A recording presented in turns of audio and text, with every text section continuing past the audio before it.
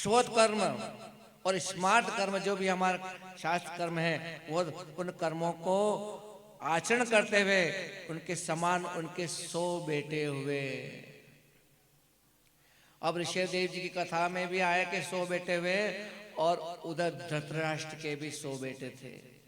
महाभारत में बताया था आपको, 100 बेटे धृतराष्ट्र के भी है और 100 बेटे ऋषभदेव जी की भी है।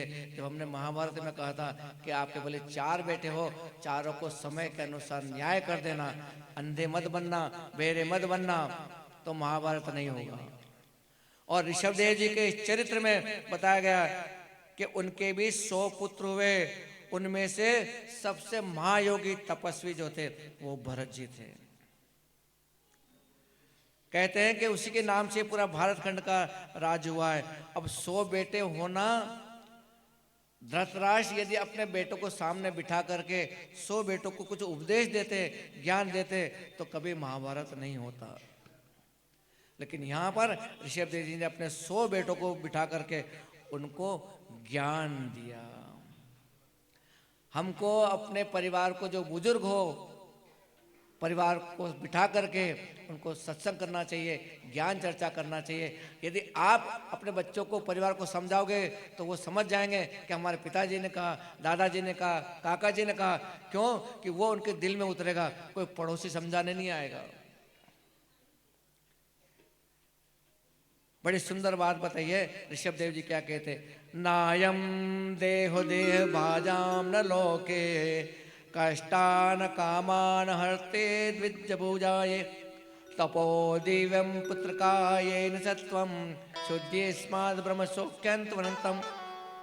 ऋषभदेव जी कहते, हे पुत्रों, इस मृत्यु लोक में यह मनुष्य शरीर जो मिला हमको, ये बड़ा ही दुखमय है। ये विषय भोग प्राप्त करने के लिए नहीं मिला शरीर हमको। अगर ये शरीर विषय भोगने के लिए मिला होता तो हम अन्य योनि में चले जाते, हम सुअर कुकर आदि योनि में चले जाते, वो तो सबको मिल जाती। यदि ये मानव शरीर हमको मिला है तो केवल तप करने के लिए मिला है।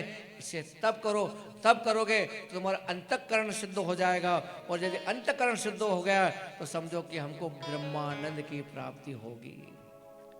100 पुत्रों को बिठा करके, ऐसा बहुत सारा ज्ञान है यहाँ पर। अब 100 पुत्रों में सबसे बड़े जो थे भरत जी। अब देखो सबका अलग अलग हिस्सा दिया यहाँ पर।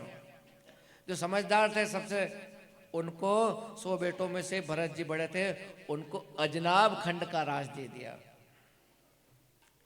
उसके बाद में 9 बेटे और जो थे, एक को कुशावर्त, एक को इलावर्त, एक को ब्रह्मवर्त, मलय, केतु, भद्रसेन, इंद्रस्प्रक, विदर्भ और किक्कर नाम के देश के राजा इन 9 को बनाया।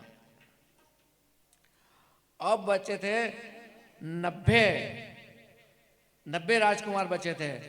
तो 90 राजकुमार बचे थे, तो उसमें से 9 ने कहा कि पिताजी हमको ना चाहिए राजपाट, धन संपत्ति नहीं चाहिए, हम तो केवल साधना करेंगे, भगवत भक्ति करेंगे और हम भगवत उपदेश का पालन करेंगे। तो 9 सन्यासी बने। क्या बने शिवाजी? 9 सन्यासी बने। उसमें पहला सन्यासी जो बना वो कवि, दूसरा हरि, अंतरिक्ष, प्रबुद्ध, पिपलायन, हविर्होत्र, द्रुमिल, चमस और करभाजन। ये 9 जो बने ऋषि मुनि, इन्होंने भागवत धर्म का प्रचार किया है और बड़े ही भगवत भक्त बने। बाकी जो उनके 81 पुत्र और बचे अभी, तो बाकी 81 पुत्रों ने मिलकर के कर्मकांड के रचिता ब्राह्मण, वो ब्राह्मण बने हैं। इस प्रकार से 100 पुत्र थे और 100 को अपनी इच्छा से ज्ञान लेकर के जो ऋषभदेव जी ने कहा, सब बेटों ने उसको सिर पर चढ़ाया है।